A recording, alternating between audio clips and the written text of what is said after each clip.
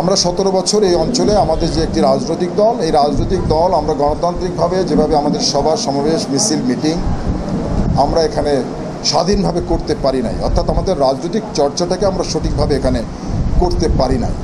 আজকে সঠিকভাবে যদি আমি রাজনৈতিক চর্চা করতে পারতাম তাহলে দেখা যেত যে এখানে জনসমর্থনের দিক থেকে কারা ভারী, কারা বেশি, কারা কম আপনারা বিচার করতে পারতেন। কিন্তু আমরা তো আমার যে গণতন্ত্র, আমার সংবিধান আমাকে যে অধিকার দিয়েছে সেই অধিকার থেকে আমি বঞ্চিত ছিলাম, যার কারণে আমি এখানে আমার রাজনীতির চর্চাটা সেভাবে করতে পারি নাই।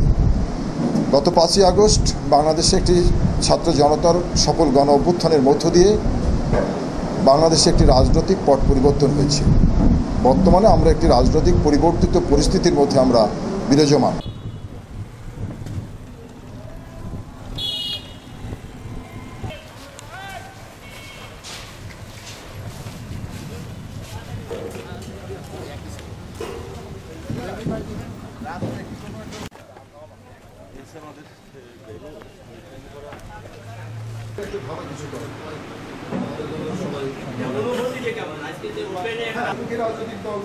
রাজনৈতিক মাঠে সবাই সবার আদর্শ নিয়ে রাজনীতি করবে, সবার কর্মী থাকে, আপনাদের একটু আপনাদের ব্যবস্থা আছে।